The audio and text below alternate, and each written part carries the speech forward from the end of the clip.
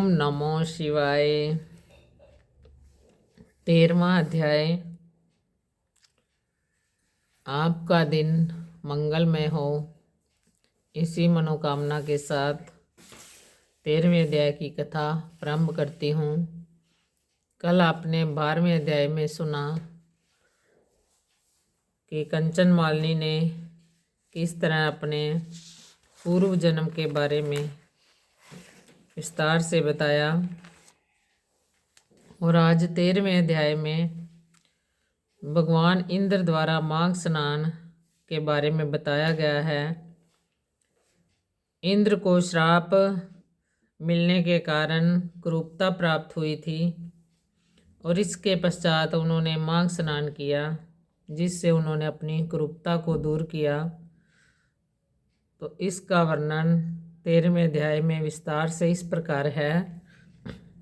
प्राचीन काल में महर्षि गौतम की पत्नी अहल्या के सौंदर्य को देखकर इंद्र मुग्ध हो गए। अहल्या अति पवित्र सहृदय पतिव्रता स्त्री थी। उसको गौतम के हृदय की बात पता लग गई। उसने इंद्र को शाप दे दिया, जिसके फलस्वरूप इंद्र कुरूप हो गया।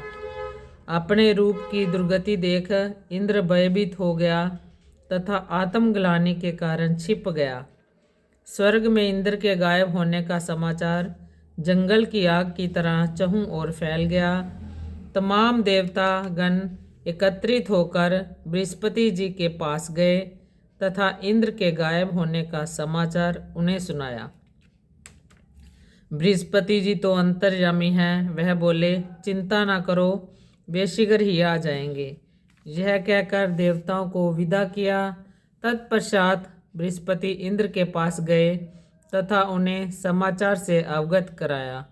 तत्पश्चात बृहस्पति जी ने इंद्र के साथ संगम में स्नान किया तथा दोबारा सौंदर्य को प्राप्त हुआ। कंचन मालिनी बोली, 3 दिन तक स्नान के पश्चात ही मेरे तमाम पाप धुल गए।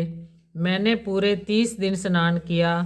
30 दिन स्नान के कारण ही मुझे देव योनि प्राप्त हुई तथा अब भगवती पार्वती की सखी बन उनके साथ कैलाश पर्वत पर आनंद ले रही हूँ।